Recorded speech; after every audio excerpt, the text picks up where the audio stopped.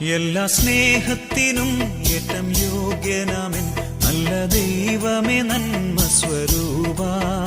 എല്ലാ സൃഷ്ടികളെക്കാളുമുപരിയായി നിന്നെ സ്നേഹിച്ചിടുന്നിതാ ഞാൻ. എല്ലാ സ്നേഹത്തിനും ഏറ്റം യോഗ്യനാമൻ നല്ല ദൈവമേ നന്മ സ്വരൂപ.